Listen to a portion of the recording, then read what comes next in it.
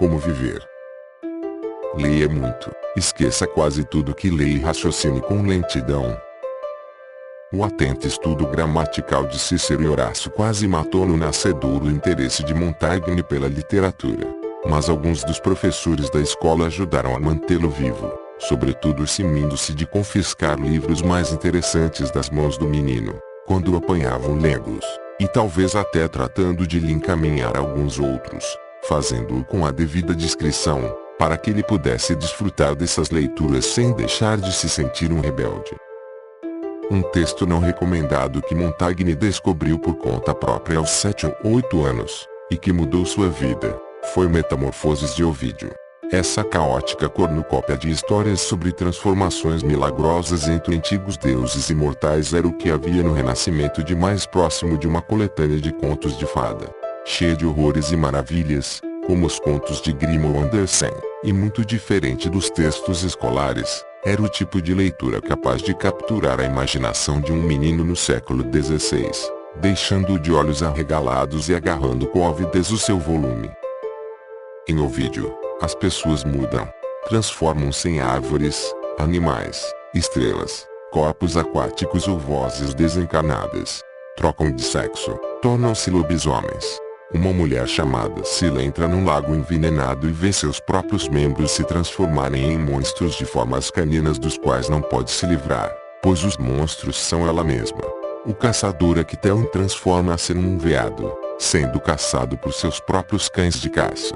Ícaro voa tão alto que é queimado pelo sol. Um rei e uma rainha são transformados em duas montanhas. A ninfa Salmacis mergulha no lago em que o belo Hermafrodito se banha e o envolve como uma lula agarrando sua presa, até que sua carne se dissolve na dele e os dois se tornam uma só pessoa, metade macho, metade fêmea. Uma vez despertado o gosto por esse tipo de coisa, Montaigne passou a percorrer outros livros igualmente cheios de boas histórias, a Eneida, de Virgílio, e depois Terêncio, Plauto e várias comédias italianas modernas.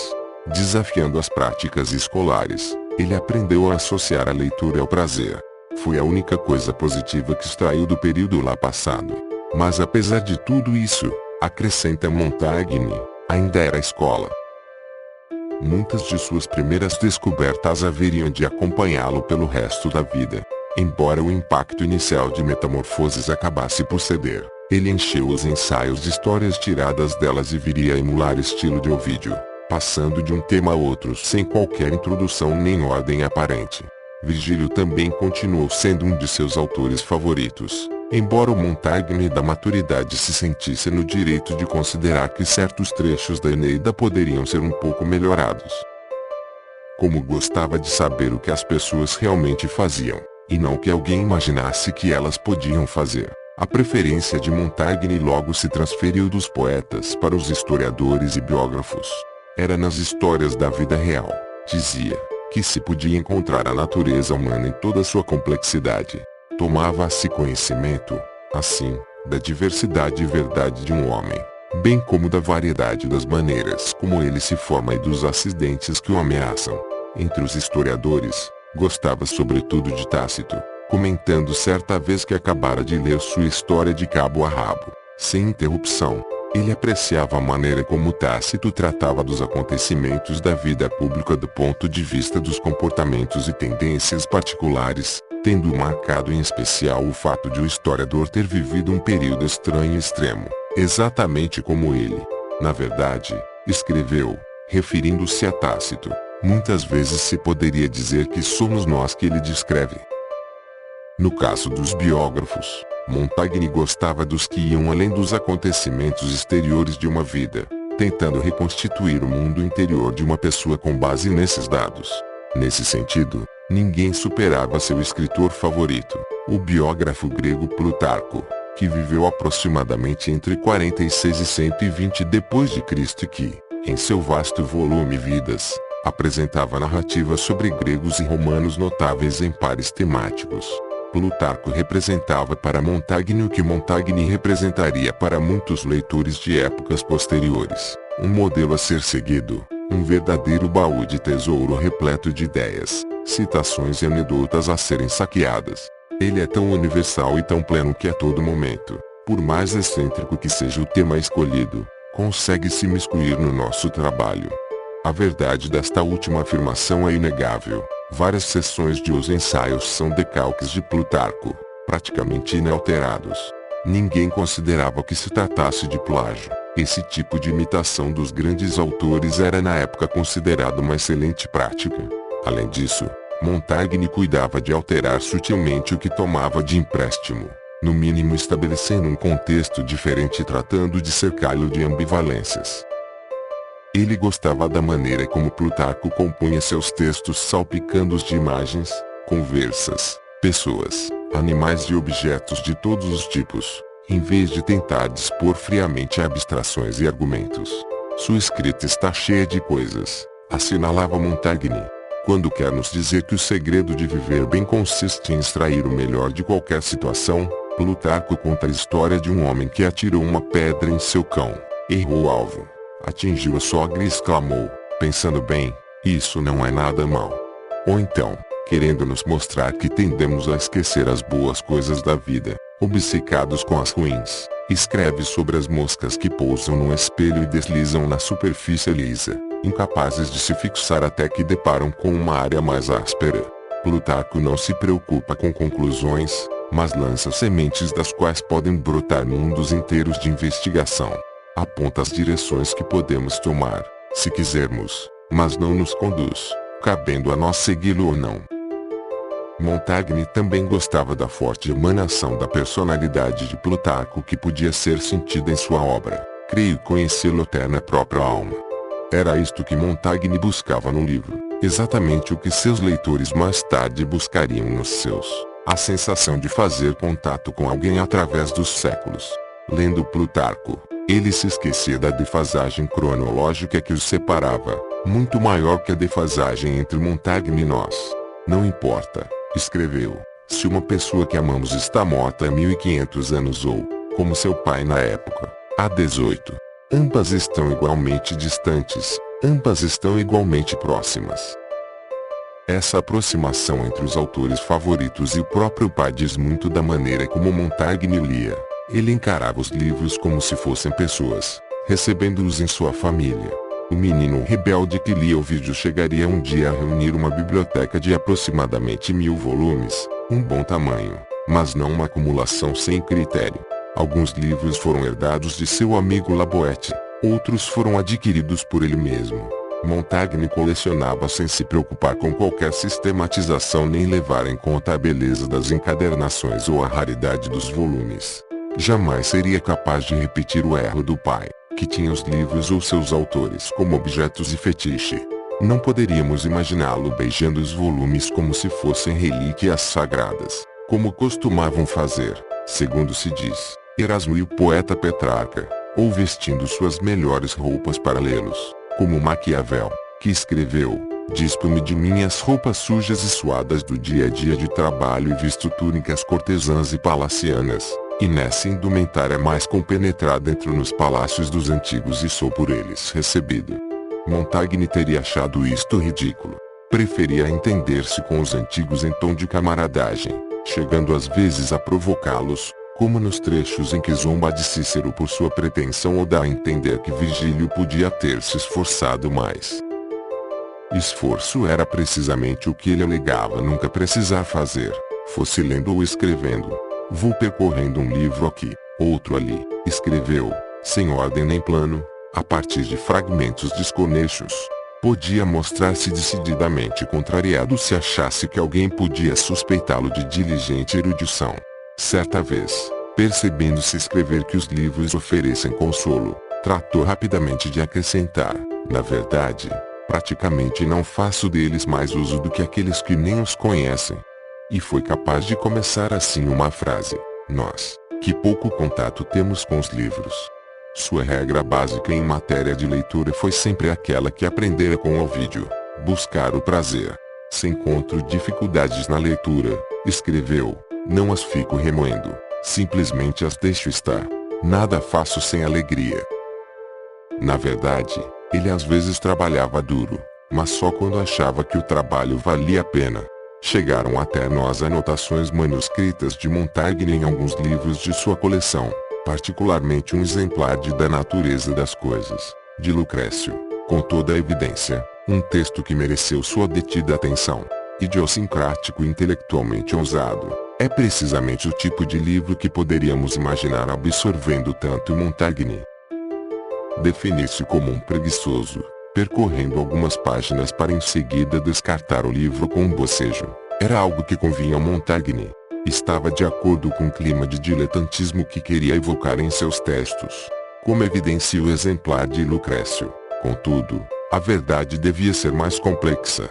Mas não resta dúvida de que efetivamente deixava de lado o que lhe causasse tédio. Afinal, assim é que havia sido educado. Pierre ensinou-lhe que tudo devia ser tratado com delicadeza e liberdade, sem pressão nem rigorismo. Montaigne transformou a recomendação num princípio de vida. Montaigne, lento e esquecido. Sempre que folheava as páginas de um livro, Montaigne rapidamente esquecia o que havia lido. Segundo afirmava, a memória é uma ferramenta maravilhosamente útil, e sem ela o julgamento encontra dificuldade em seu trabalho. Escreveu, para em seguida acrescentar, sou totalmente desprovido dela. Nenhum homem tem menos o que dizer sobre a memória, pois praticamente não identifico traços dela em mim e não creio que haja no mundo alguma mais monstruosamente deficiente. Ele reconhecia que se tratava de um inconveniente. Era desagradável deixar escapar as ideias mais interessantes simplesmente porque lhe ocorriam quando estava cavalgando, sem a possibilidade de anotá-las. Também seria interessante poder lembrar-se melhor dos sonhos. Citando Terêncio, ele escrevia, estou cheio de rachaduras, vazando por todos os lados.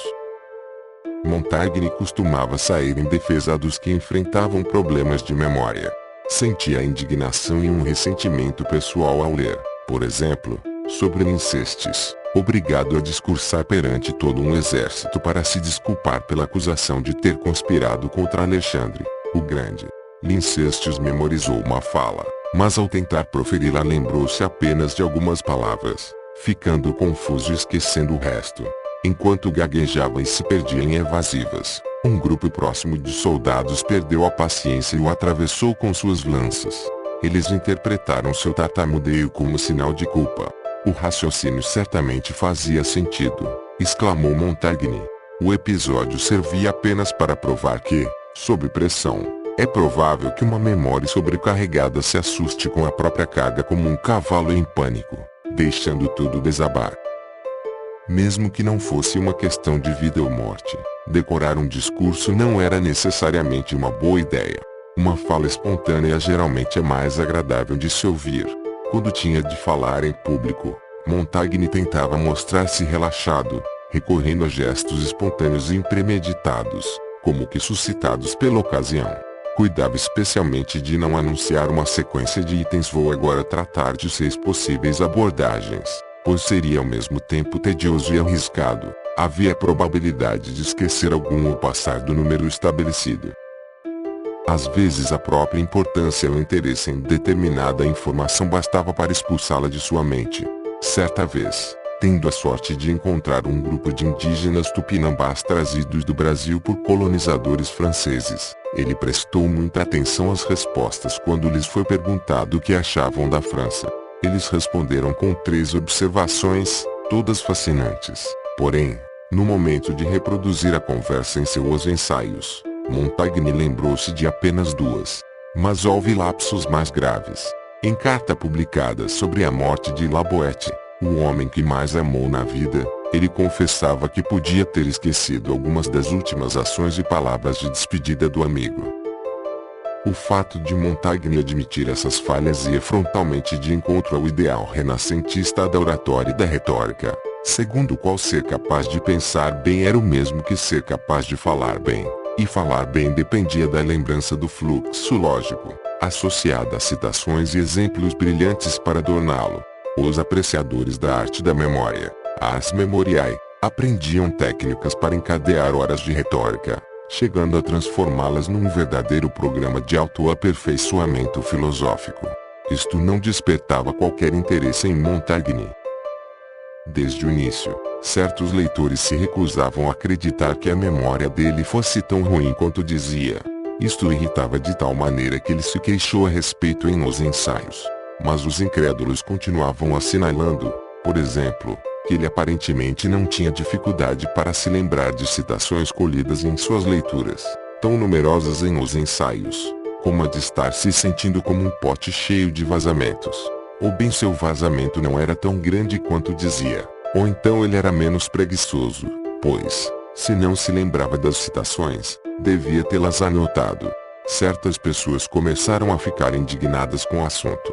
Uma quase contemporâneo seu, o poeta Dominique Baudier, declarou que as queixas de Montaigne sobre sua memória lhe causavam náusea e riso, uma reação sem dúvida radical. O filósofo seiscentista Malebranche achava que Montaigne estava mentindo, acusação muito séria contra um escritor que sempre deu tanta importância à própria honestidade. Mas a acusação de alguma forma procedia. Montaigne certamente se lembrava mais do que queria admitir. Não é incomum alguém achar que a memória o deixou na mão, faz parte da imperfeição própria condição humana. Uma memória indisciplinada também é exatamente o que se poderia esperar da criação sem pressões de Montaigne e de sua aversão a se obrigar ao que quer que fosse. Sua aparente modéstia nessa questão também pode ser traduzida como uma forma sutil de se atribuir virtudes que considerava mais importantes. Uma delas, ironicamente, era a honestidade. Como dizia o velho ditado, más lembranças fazem maus mentirosos. Se Montaigne era esquecido demais para guardar as histórias na cabeça, tinha de contar a verdade. Além disso, a falta de memória fazia com que mantivesse seus discursos breves e suas anedotas concisas, já que não conseguiria lembrar se fossem longas. Isto lhe permitia exercitar o bom senso. As pessoas de boa memória têm a mente abarrotada, mas seu cérebro felizmente era tão vazio que não interpunha obstáculos ao bom senso.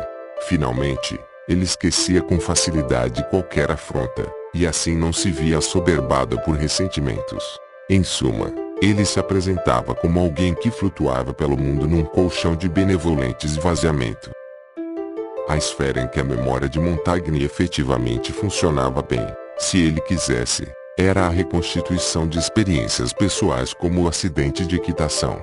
Em vez de resumi-las em anedotas lineares e superficiais, ele era capaz de resgatar os sentimentos íntimos, não perfeitamente, pois o fluxo heraclitiano estava sempre conduzindo, mas com muita precisão. O psicólogo oitocentista Dugal Stewart especulava que a falta de controle de Montaigne sobre a memória permitia-lhe sair-se melhor em tarefas similares. Montaigne sintonizava com o tipo de memória involuntária que um dia deixaria Proust fascinado. Aqueles laivos do passado que inesperadamente rompem no presente, talvez em reação a um gosto ou cheiro há muito esquecido. Esses momentos só parecem possíveis se estiverem cercados de um oceano de esquecimento, além de um estado de espírito propício e de suficiente tempo de lazer. Montaigne certamente não gostava de fazer nada com tensão e insistência. Tenho de solicitá-la de maneira relaxada, escreveu, referindo-se à memória. Ela me atende ao seu próprio tempo, e não ao meu. Qualquer tentativa de resgatar algo de imediato servia apenas para mergulhar ainda mais na sombra o que buscava. Em sentido inverso, observava ele, bastava tentar conscientemente esquecer um incidente para que ele se fixasse na memória. Tudo aquilo que faço com naturalidade e facilidade, escreveu, já não posso fazer se me decido a fazê-lo por estreita determinação. A autorização para que a memória seguisse o próprio caminho fazia parte de sua filosofia de permitir que a natureza governasse seus atos. Na infância, o resultado disso foi que ele muitas vezes parecia preguiçoso e imprestável, e sob muitos aspectos provavelmente o era. Não obstante os frequentes esforços do pai no sentido de motivá-lo, escreveu, ele se revelava tão indolente, relaxado e pesado que eles não conseguiam me livrar da preguiça, nem mesmo para brincar. Em sua própria avaliação, ele não era apenas preguiçoso, mas lento de entendimento. Sua inteligência não era capaz de penetrar a mais leve nuvem. Não existe sutileza tão transparente que não me deixe aturdido. Dos jogos em que a mente tem um papel a desempenhar, xadrez, cartas e outros, compreendo apenas os mais simples rudimentos. Ele sofria de compreensão vagarosa, imaginação fraca e lentidão mental. tendências que não eram aliviadas por sua falta de memória. Todas as suas faculdades se embotavam ao mesmo tempo, num leve ronco. Ele faz com que seu cérebro pareça um chá das 5 em que todos os convidados fossem o ratinho sonolento de Alice no País das Maravilhas.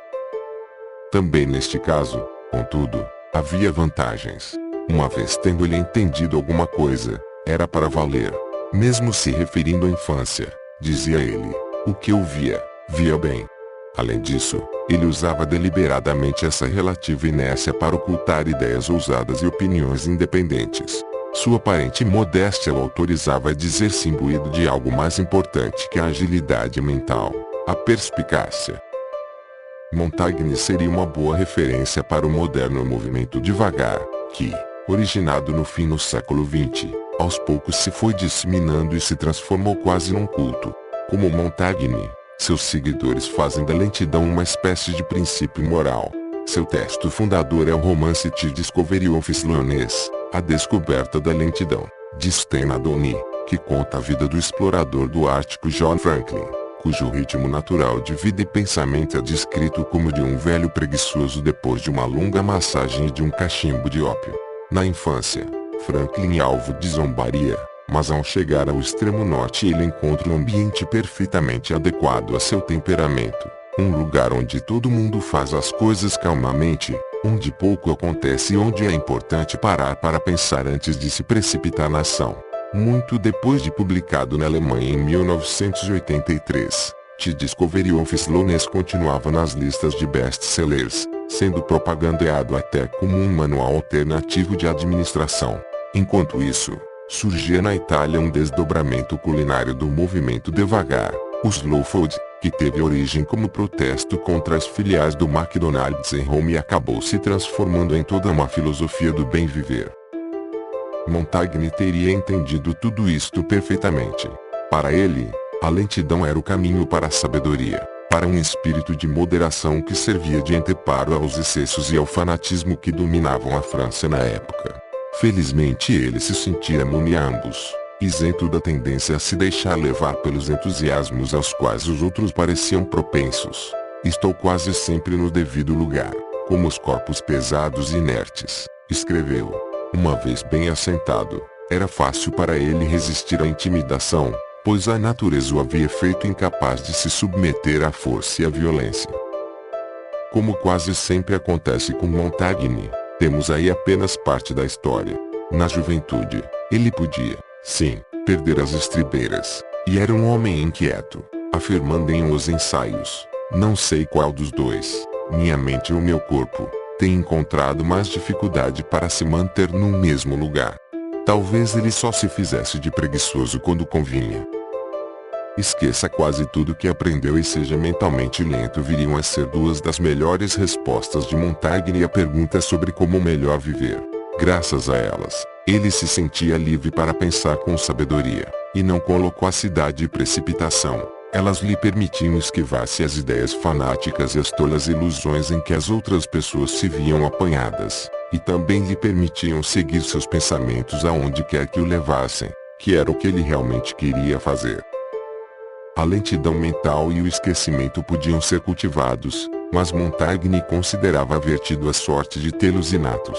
Sua tendência para fazer as coisas do seu jeito próprio tornou-se evidente desde cedo, vindo acompanhada de um surpreendente grau de autoconfiança. Lembro-me de que, desde a mais tenra idade, as pessoas observavam em mim uma postura corporal indefinível e certos gestos que davam conta de um orgulho vão e estúpido, escreveu.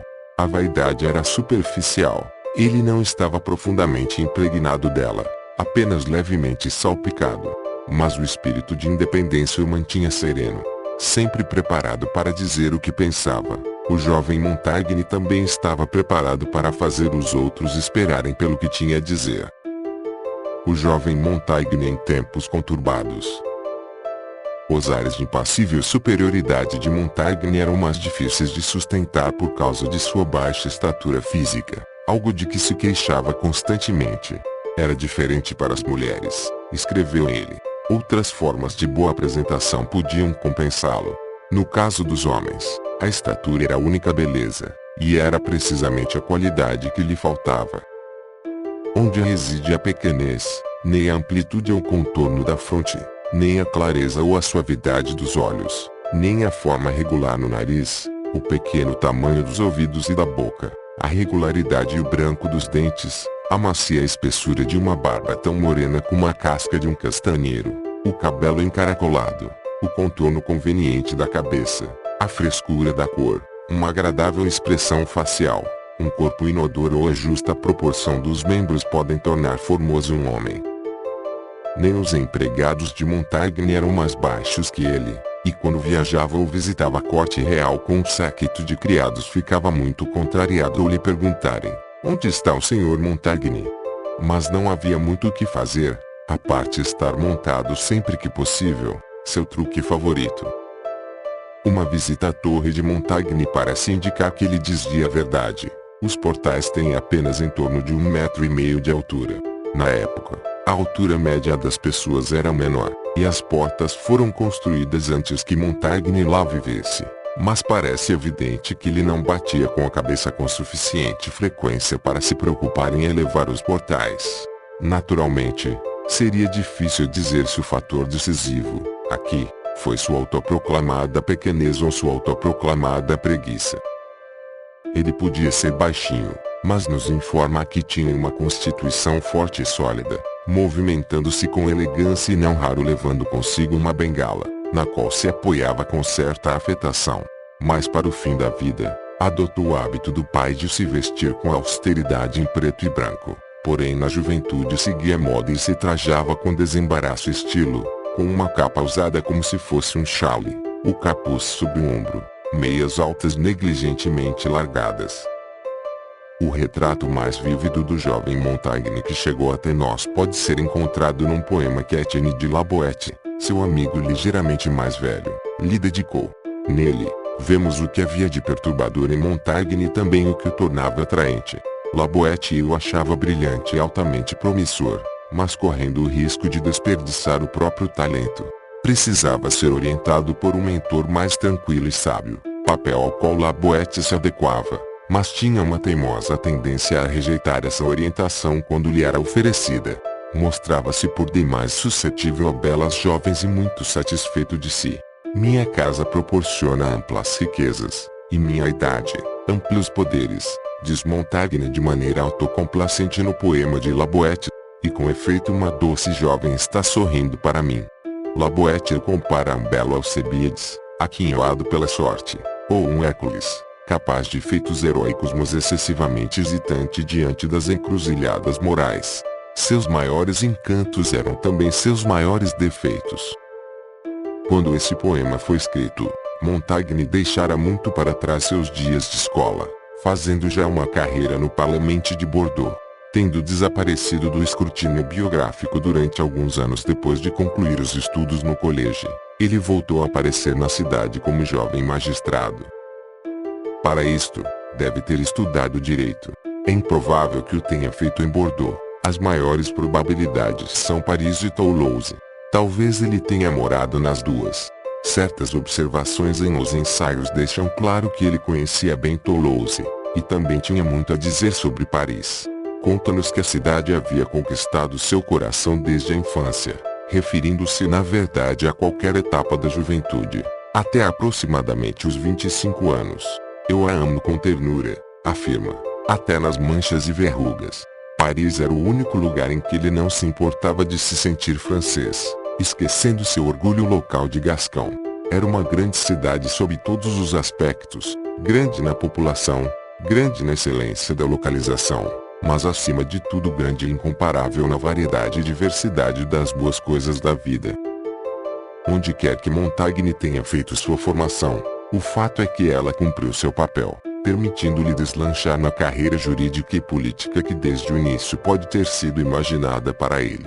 Os estudos levaram 13 anos, período que costuma ser encolhido nas biografias, pois é irregularmente documentado, mas que abrange anos muito importantes, começando pouco antes de Montaigne completar 24 anos e indo até seu 37º ano de vida, quando se retirou para a vida no campo, cultivando vinhas e escrevendo em sua torre. Ele já acumulara toda uma experiência no serviço público, o que ainda era recente em seu espírito ao redigir os primeiros ensaios. No momento de escrever os mais tardios, ele já assumira responsabilidades ainda mais pesadas. O primeiro cargo de Montaigne não foi em Bordeaux, mas numa cidadezinha próxima, Périgueux, a nordeste da propriedade da família. Seu tribunal fora fundado recentemente, em 1554, e seria abolido pouco depois, em 1557. Seu principal objetivo fora levantar dinheiro, pois os organismos públicos estavam sempre de caixa vazio. A abolição ocorreu porque o Parlamento de Bordeaux, mais poderoso, levantou objeção à existência de outro em Périgueux, e mais enfaticamente ainda ao fato de seus funcionários serem mais bem remunerados. Montaigne foi para Périgueux no fim de 1556, e o tribunal sobreviveu apenas o suficiente para dar início à sua carreira. No fim das contas, porém, contribuiu para acelerar sua carreira política em Bordeaux, pois, ao ser fechado o tribunal de Périgueux, muitos funcionários foram transferidos para o lá. Entre eles estava Montaigne. Seu nome aparece na lista. Eles não foram propriamente recebidos de braços abertos, mas os magistrados de Bordeaux não tinham alternativa. Trataram de se vingar dificultando ao máximo a vida dos que vinham de Périgueux, destinando-lhes um espaço apertado para trabalhar e privando-os dos serviços dos oficiais de justiça. O ressentimento é compreensível. Os transferidos de Périgueux continuavam recebendo salários mais altos. Eles seriam afinal reduzidos em agosto de 1561, o que por sua vez deixou insatisfeito o contingente de Périgueux. Embora ainda estivesse no início da carreira, aos 28 anos Montaigne foi escolhido para interpor seu recurso no tribunal. Seu discurso nessa ocasião, reproduzido nos registros de Bordeaux, assinala sua primeira aparição. Ele certamente terá se valido de seus recém-desenvolvidos recursos de oratória pública, na base da espontaneidade e da improvisação, mas não funcionou. A decisão do Parlamento foi contrária aos demandantes, e seus salários acabaram sendo reduzidos. Apesar das desarmonias da política administrativa, a vida no Parlamento de Bordeaux devia ser mais interessante que em Périgueux. Seu parlamento era um dos 8 principais da França, além de um dos mais poderosos, mesmo com o restabelecimento apenas parcial dos privilégios. Tinha a seu cargo a maior parte das leis locais e da administração cívica, podendo vetar decretos reais e opor objeções formais ao rei sempre que ele editava uma lei que não fosse do seu agrado, o que acontecia com frequência nesses tempos conturbados. Inicialmente, a vida cotidiana de Montaigne envolvia mais o direito do que a política. Trabalhava sobretudo para a Chambre des Enquêtes, o Tribunal de Investigações, onde sua tarefa consistia em avaliar os casos civis complexos demais para serem resolvidos imediatamente pelos juízes do Tribunal Principal, a Grande Chambre. Ele examinava os detalhes, tratava de resumi-los e entregava uma interpretação escrita aos conselheiros. Não cabia a ele julgar, apenas resumir os elementos em jogo de maneira inteligente e clara, expondo o ponto de vista de cada uma das partes. Terá sido aí, talvez, que começou a desenvolver sua sensibilidade para a multiplicidade de perspectivas em cada situação humana, algo que percorre os ensaios como uma artéria. Descrito assim, o direito do século XVI parece um trabalho interessante de ser buscado, mas o fato é que era obstruído por excesso de detalhes. Os argumentos legais deviam basear-se em fontes escritas, enquadradas em categorias predeterminadas. Os fatos relativos a cada caso eram muitas vezes secundários em relação aos códigos, estatutos, costumes documentados, textos de jurisprudência e acima de tudo comentários e anotações, volumes e volumes deles. Até mesmo os casos mais simples requeriam a análise de uma verborragia aparentemente sem fim, em geral por parte de um assoberbado iniciante como Montaigne. Eram os comentários que ele mais detestava, como detestava qualquer literatura de segunda categoria. É mais trabalhoso interpretar as interpretações do que interpretar as coisas, e existem mais livros sobre os livros do que sobre qualquer outro tema. Nada mais fazemos senão redigir anotações uns sobre os outros. Rabelais tinha satirizado a montanha de documentos que se acumulava em cada caso jurídico, seu personagem, O juiz Cabresto de Ganso passava horas lendo e ponderando para no fim das contas tomar suas decisões jogando dados, método que considerava tão adequado quanto qualquer outro. Muitos autores também criticavam a generalizada corrupção entre os advogados. De maneira geral, a justiça era considerada tão injusta que, como se queixava Montaigne, as pessoas comuns tratavam de evitá-la, em vez de recorrer a ela. Ele relatava um incidente local no qual um grupo de camponeses encontrara um homem apunhalado e sangrando no caminho. Ele implorou que lhe dessem água e o ajudassem a se levantar, mas eles saíram correndo, temendo ser acusados do ataque caso o tocassem. Montaigne foi incumbido de lhes falar depois que foram localizados. Que poderia dizer-lhes? Escreveu. Eles tinham motivos para ficar com medo. Em outro caso por ele mencionado, um bando de assassinos confessou um homicídio pelo qual alguém já havia sido julgado e estava para ser executado. Caberia esperar que a execução fosse suspensa. Não, decidiu o tribunal. A anulação de um julgamento poderia representar um perigoso precedente. Montaigne não era o único a defender uma reforma do sistema jurídico no século XVI. Muitas de suas críticas faziam ecos que eram feitas na mesma época pelo sábio chanceler da França, Michel de Lopitan, numa campanha que resultou em efetivos aperfeiçoamentos. Mas Montaigne também arrolava argumentos mais originais e de maior alcance. Para ele, o maior problema do sistema jurídico era não levar em consideração uma realidade fundamental da condição humana: as pessoas são falíveis.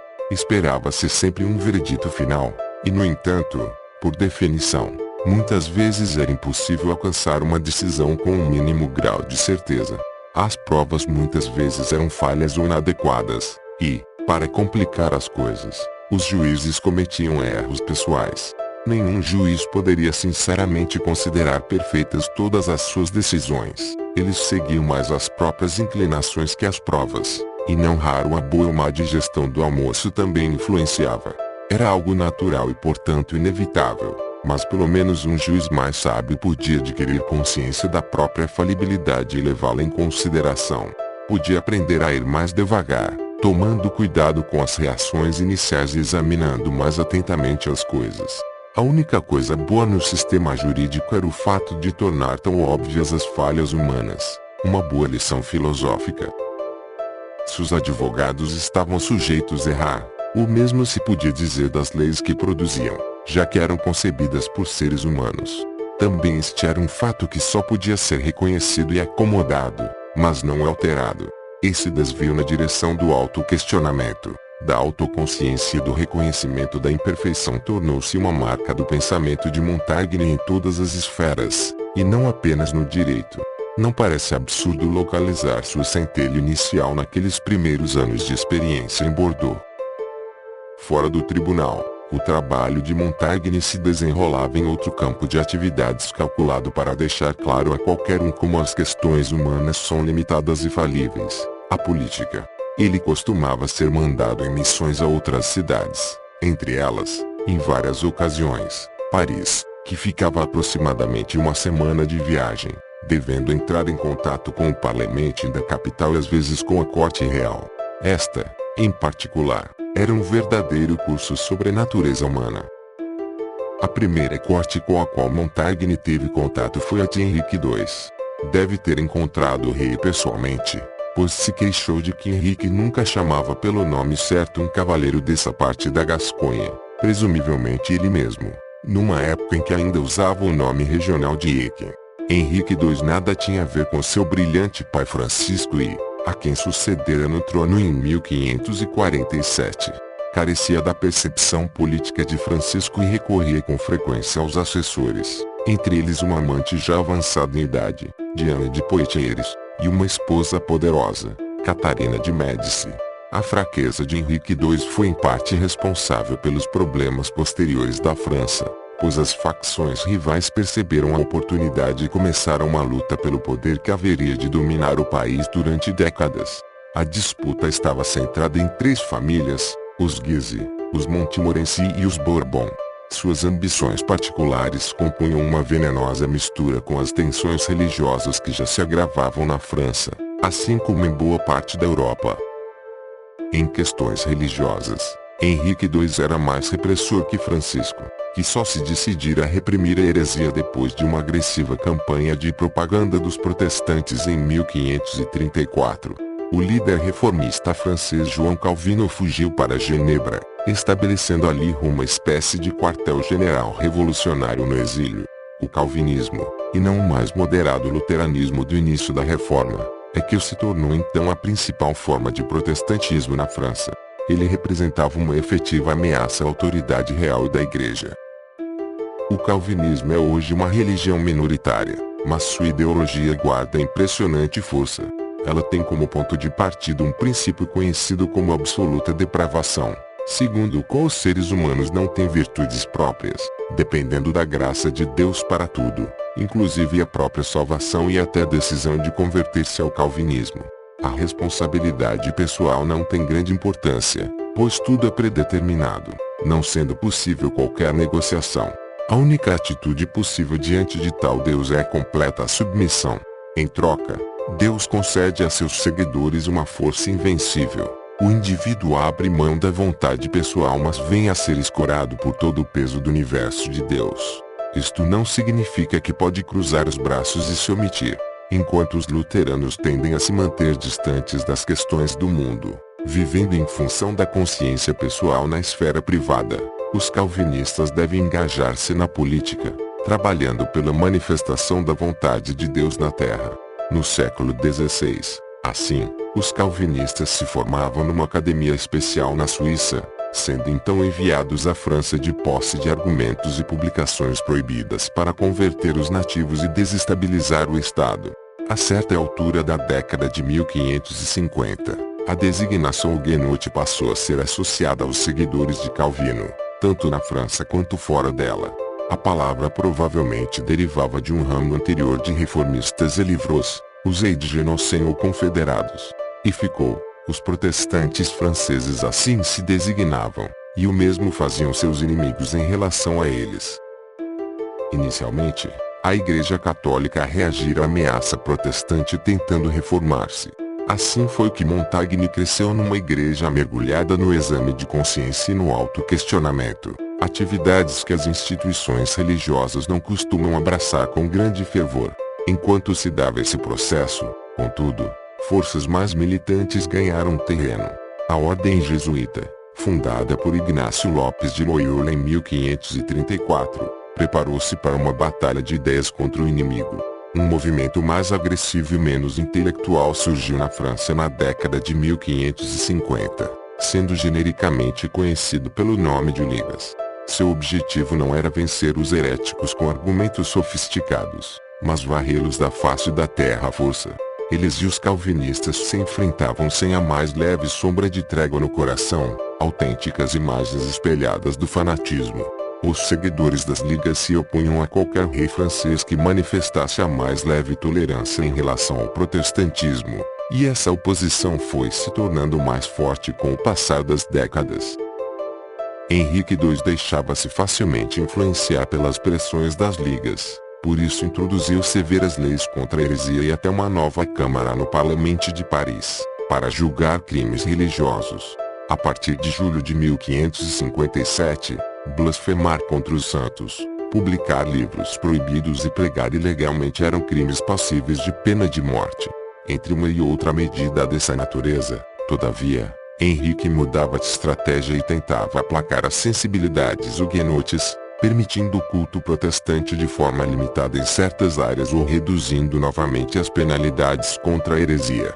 Toda vez que o fazia, o lobby católico protestava, e ele voltava a investir na repressão. Assim, e vinha sem satisfazer ninguém. Nesse período, a França enfrentava outros problemas, entre eles uma inflação descontrolada que afetava sobretudo os pobres e beneficiava a aristocracia fundiária, a qual recebia aluguéis mais altos e com isto comprava cada vez mais propriedades, como aconteceu com várias gerações da família de Montaigne. Nas classes menos afortunadas, a crise econômica alimentava o extremismo. A humanidade atraíra toda essa miséria para o mundo com seus pecados e, portanto, precisava aplacar Deus seguindo a única verdadeira igreja. Mas qual seria a verdadeira igreja? Desse quadro de inquietação religiosa, econômica e política que surgiriam as guerras civis, que dominaram a vida na França pela maior parte do resto do século, de 1562, quando Montaigne tinha 29 anos, a 1598, bem depois de sua morte. Antes da década de 1560, as aventuras militares na Itália e em outros países haviam permitido que a França liberasse suas tensões. Em abril de 1559, contudo, o Tratado de Cateau-Cambrésis pôs fim a várias dessas guerras externas de um só golpe, acabando com os derivativos e enchendo o país de antigos soldados desempregados. Em plena depressão econômica, a paz quase imediatamente provocou a deflagração de uma guerra muito pior. Os primeiros maus presságios ocorreram durante torneios de luta realizados para comemorar 2 casamentos dinásticos ligados ao Tratado de Paz. O rei, que adorava esses torneios, teve um papel de destaque. Numa das justas, um adversário acidentalmente arrancou sua viseira com um pedaço de lança partida. Lascas de madeira feriram o rosto do rei logo acima de um dos olhos. Ele foi socorrido e, depois de vários dias de cama, parecia recuperar-se, mas uma das lascas havia atingido o cérebro. No 4º dia, ele foi acometido de febre e em 10 de julho de 1559 viria a morrer. Os protestantes interpretaram a morte como uma maneira encontrada por Deus para dizer que Henrique II errara ao reprimir sua religião. Mas a morte de Henrique haveria de agravar, e não melhorar, as coisas para eles. Pelo trono passariam sucessivamente 3 de seus filhos, Francisco II, Carlos IX e Henrique III. Os 2 primeiros eram menores, subindo ao trono respectivamente aos 15 e 10 anos de idade. Todos se mostraram fracos e dominados pela mãe, Catarina de Médici, e todos revelaram inépcia no trato do conflito religioso. Francisco II morreu de tuberculose logo depois, em 1560. Foi sucedido por Carlos IX, que reinaria até 1574. Nos primeiros anos, sua mãe governava como regente. Ela tentou encontrar um equilíbrio entre as facções religiosas e políticas, mas não teve muito êxito.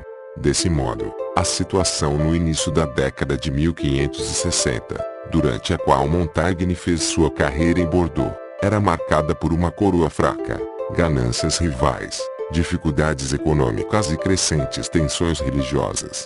Em dezembro de 1560, num discurso que traduzia o sentimento então generalizado, o chanceler Michel de Hôpital declarou: "É absurdo esperar paz, tranquilidade e amizade entre pessoas de convicções religiosas diferentes. Apesar de desejado, seria um ideal inalcançável. O único caminho para a unidade política era a unidade religiosa. Como observou um teólogo espanhol, nenhuma república poderia ser bem governada se todos tivessem o seu Deus como o único Deus verdadeiro, considerando cegos ou iludidos os outros indivíduos. A maioria dos católicos consideraria isto óbvio demais para merecer atenção. Até os protestantes tendiam a impor a unidade sempre que assumiam a direção de um Estado. Un roi, uni foi, uni loi, dizia o ditado. Um rei, uma fé, uma lei. O ódio a qualquer um que ousasse sugerir uma alternativa intermediária era praticamente a única coisa com que todos os demais estavam de acordo. Hôpital e seus aliados não promoveram a tolerância ou a diversidade, em nenhum sentido moderno. Mas ele considerou melhor atrair de volta as ovelhas desgarradas, tornando a Igreja Católica mais interessante, em vez de tentar se impor com ameaças. Sob sua influência, as leis contra a heresia foram de certa forma brandadas no início da década de 1560. Um decreto de janeiro de 1562 autorizava aos protestantes o culto aberto fora das cidades, e em caráter privado no interior de suas muralhas. Tal como acontecera em anteriores tentativas de negociação, ninguém ficou satisfeito. Os católicos se sentiram traídos, enquanto os protestantes eram estimulados a se sentir no direito de exigir mais. Meses antes, o embaixador de Veneza escrevera sobre um grande medo que se disseminara pelo reino, pois agora ele se transformava numa sensação de iminente desastre. O gatilho foi disparado em 1º de março de 1562 na cidadezinha de Vassy, ou Vassy, na região da Champagne, no Nordeste, 1.500 protestantes se reuniram para o culto num celeiro da cidade, o que era ilegal, pois essas assembleias só eram autorizadas fora das muralhas.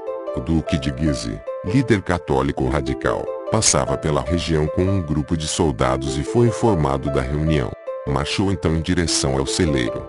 Segundo relatos dos sobreviventes, ele permitiu que seus homens atacassem o celeiro aos gritos de matem todos. A congregação de huguenotes reagiu. Havia muito eles esperavam enfrentar problemas e estavam preparados para se defender. Forçaram os soldados a bater em retirada. Entrincheiraram-se por trás da porta do celeiro e subiram por andaimes até o telhado para atirar nos homens de Guise pedras que haviam sido estocadas ali, em caso de necessidade. Os soldados dispararam seus arcabuzes e conseguiram entrar de novo no celeiro. Os protestantes agora fugiam para salvar suas vidas. Muitos caíram do telhado ou foram abatidos a tiros na fuga. Cerca de 30 deles morreram, e mais de 100 ficaram feridos. As consequências foram dramáticas. O líder protestante nacional, Luís de Bourbon, príncipe de Conde, exortou os protestantes a se revoltarem para escapar de novos ataques. Muitos tomaram armas e, em reação, católicos fizeram o mesmo, sendo ambos os lados movidos antes pelo medo do que pelo ódio.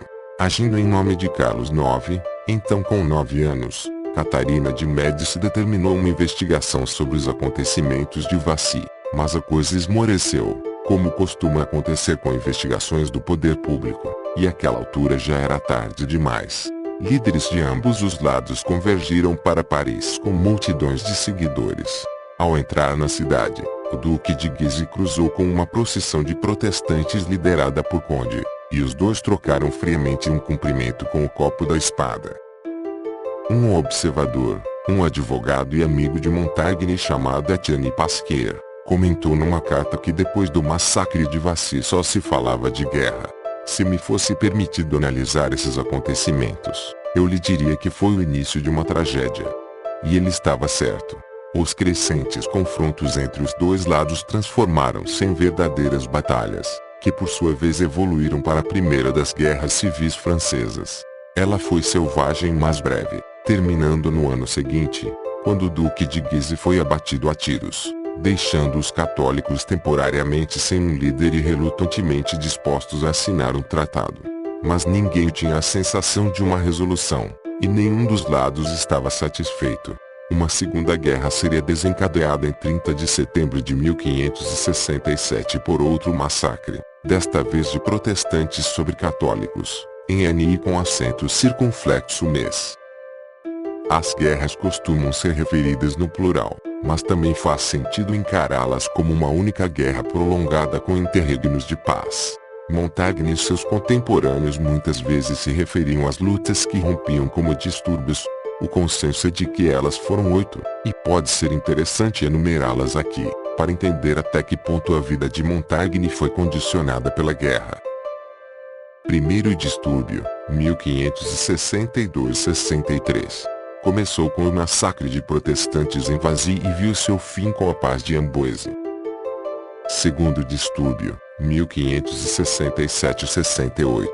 Começou com um massacre de católicos em Amiens com acento circunflexo mês e viu seu fim com a paz de Longjumeau. Terceiro distúrbio, 1568-70. Começou com novas leis contra os protestantes e viu seu fim com a paz de Saint-Germain. Quarto distúrbio, 1572-73. Começou com os massacres de protestantes no dia de São Bartolomeu em Paris e outras cidades, e viu seu fim com a paz de La Rochelle. Quinto distúrbio, 1574-76. Começou com combates em Poitou e Saintonge, e viu seu fim com a paz de Montcial. Sexto distúrbio, 1576-77. Começou com leis antiprotestantes nos Estados Gerais de Blois e viu seu fim com a paz de Poitiers. Sétimo distúrbio, 1579-80. Começou com a captura de La Fère com acento grave Ri, na Normandia, pelos protestantes, e viu seu fim com a paz de Fleche. Oitavo distúrbio, 1585-98. De longe a mais prolongada e pior. Começou com a agitação das ligas e viu seu fim com o Tratado de Vervins e o Edito de Nantes. Cada um deles seguiu o padrão estabelecido pela Primeira e a Segunda Guerras. Um período de paz era interrompido por um repentino massacre ou provocação. Seguiam-se batalhas, cercos e desgraça generalizada, até que o surgimento de sinais de fraqueza de um dos lados levava a um tratado de paz. Todos ficavam insatisfeitos, mas o acordo prevalecia até uma nova provocação, e assim o padrão ia se repetindo. Nem mesmo o último tratado agradou a todos. Pelo menos 3 facções se envolviam nos distúrbios, movidas pelo desejo de obter influência sobre o trono. Eram guerras de religião, como as que fermentavam em outros países da Europa no mesmo período, mas não deixavam de ser também guerras políticas. As guerras civis haviam sido possibilitadas, para começo de conversa, pelo fim de um conflito externo, e o início de outro acabaria por encerrá-las, depois que Henrique IV declarou guerra à Espanha em 1595. O efeito benéfico dessa decisão foi perfeitamente compreendido na época. Durante o último distúrbio, Montaigne observou que muitos desejavam algo assim. A violência precisava ser drenada, como pus de uma infecção. Mas ele não estava tão certo da ética desse método. Não creio que Deus aprovasse uma iniciativa tão injusta quanto ferir e provocar briga com outros por nossa própria conveniência. Mas era o que a França precisava e o que afinal conseguiu de Henrique IV, o primeiro rei inteligente que subia ao trono em muitos anos. Mas isto ainda estava muito distante na década de 1560, quando ninguém imaginava que o horror pudesse prolongar-se tanto. Os anos de Montaigne no Parlamento abarcaram os 3 primeiros distúrbios. Mesmo nos períodos de paz, havia muita tensão política. Ao terminar a Terceira Guerra, ele já tivera sua cota e estava para se retirar da vida pública. Até então, sua posição em Bordeaux o situava bem no centro dos acontecimentos, numa comunidade particularmente complexa. Bordeaux era uma cidade católica, mas cercada de territórios protestantes e com uma importante minoria protestante, que não hesitava em se entregar à profanação de imagens e outros atos de agressividade. Num confronto particularmente violento, na noite de 26 de junho de 1562, meses depois do massacre de Vassy, uma multidão de protestantes atacou na cidade o Château-Trompette, bastião do poder governamental. A rebelião foi debelada, mas, como acontecera nas revoltas do imposto sobre o sal, a punição revelou-se pior que o crime. Para dar uma lição numa cidade que parecia incapaz de gerir os próprios negócios, o rei enviou um novo comandante militar chamado Blaise Montluc, ordenando-lhe que pacificasse a conturbada região. Montluc entendeu que pacificação significava massacre generalizado. Começou por enforcar grande número de protestantes sem julgamento ou mandar esquartejá-los. Depois de uma batalha na aldeia de Terraube, mandou matar e jogar tantos habitantes no poço que dava para tocar o alto da pilha com as mãos. Escrevendo suas memórias anos depois, ele se recordaria de um líder rebelde que pessoalmente lhe implorou misericórdia depois de ser capturado por seus soldados. Montluc reagiu agarrando-o pelo pescoço e o atirando contra uma cruz de pedra com tanta violência que a pedra se partiu e o homem morreu. Se não tivesse agido assim, escreveria ele, teria sido alvo de zombaria. Em outro incidente, um capitão protestante que tinha servido sob as ordens de Montluc na Itália, muitos anos antes, esperava que o velho camarada lhe poupasse a vida em nome dos bons tempos. Pelo contrário, Montluc fez questão de mandar matá-lo imediatamente, explicando que o fez porque sabia que ele era corajoso, jamais deixaria de ser um inimigo perigoso. Era o tipo de cena que com frequência apareceria nos ensaios de Montaigne. Uma pessoa pede misericórdia e a outra decide ou não concedê-la. Montaigne ficava fascinado com a complexidade moral envolvida na questão. Mas que complexidade moral? Teria perguntado Montluc. Matar era invariavelmente a solução correta. Um homem enforcado surte mais efeito que 100 mortos em combate. Tantas execuções eram levadas a cabo na região que começou a haver escassez de peças para forca, passando os carpinteiros a receber mais encomendas de patíbulos, rodas para esquartejamento e estacas para fogueiras. Quando já não havia mais patíbulos, Montluc começou a usar árvores, vangloriando-se de que o roteiro de suas viagens por Guiane podia ser traçado, retrospectivamente, pelos corpos pendurados à beira das estradas. Ao chegar ao fim sua missão, diria ele, nada se mexia em toda a região. Os sobreviventes guardavam silêncio. Montaigne conheceu Montluc, embora principalmente mais tarde, e interessou-se mais por sua personalidade do que por seus feitos na vida pública, especialmente suas carências como pai e o arrependimento que o atormentaria depois de perder um filho, morto na flor da juventude. Montluc confessou a Montaigne que só tarde demais se dera conta de que sempre tinha tratado o menino com frieza, embora na realidade o amasse muito. Isto se devia em parte ao fato de ter seguido uma lastimável prática na educação dos filhos, a de adotar uma atitude de frieza emocional no trato com eles. O pobre menino só via em mim um semblante de reprovação e desdém, diria Montluc. Eu me forçava e me torturava para manter essa máscara absurda. A menção da máscara faz sentido, pois em 1571, mais ou menos na época em que Montaigne se retirou da vida pública, Montluc foi desfigurado por um tiro de arcabuz. Pelo resto da vida, ele não sairia de casa sem cobrir o rosto para esconder as cicatrizes. Podemos imaginar o efeito desconcertante de uma máscara por cima das feições inexpressivas, semelhantes a uma máscara, de um homem cruel em cujos olhos poucas pessoas tinham coragem de olhar. Ao longo da conturbada década de 1560, Montaigne ia com frequência a Paris resolver questões do parlamento e aparentemente se manteve longe de casa por boa parte de 1562 e do início de 1563, embora aparecesse de volta em Bordeaux quase com a mesma facilidade de um moderno motorista de carro ou um passageiro de trem.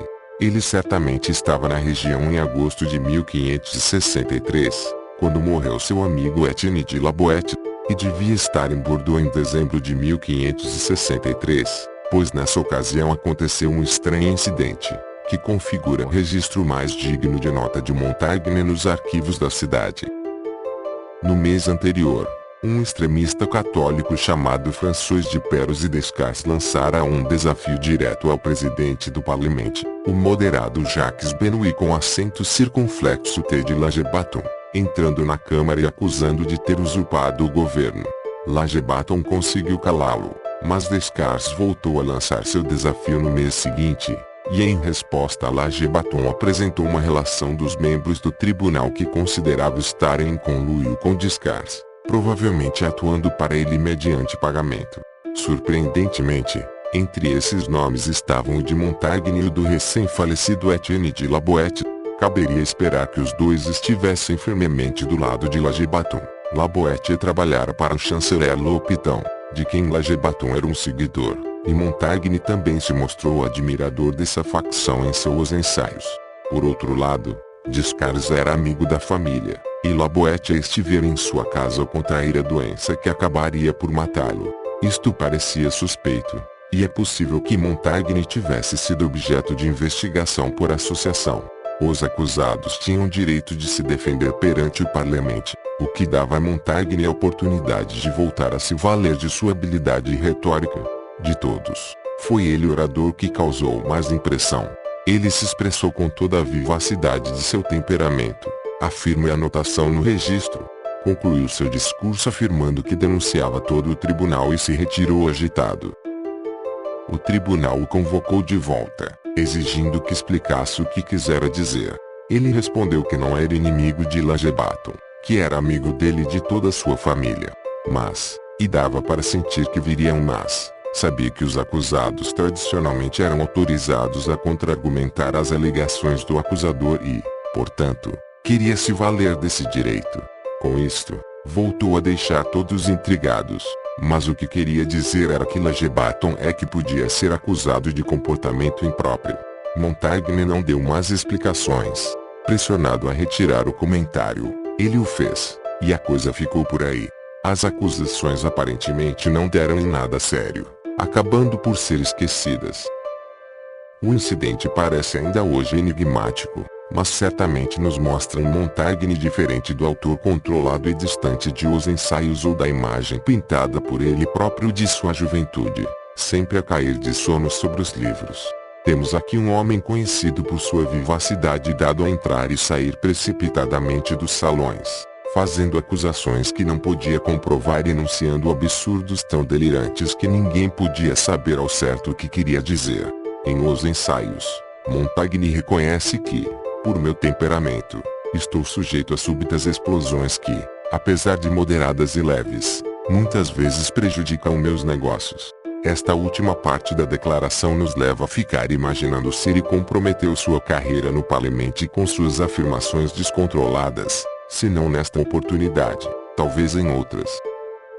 Ainda mais surpreendente que conhecer o lado exaltado do jovem Montaigne é vê-lo de braços com os fanáticos e extremistas. Suas ligações políticas eram complicadas, nem sempre é fácil deduzir como ele poderia se posicionar em determinado tema. Mas esse caso pode ter tido mais a ver com lealdades pessoais do que com convicções.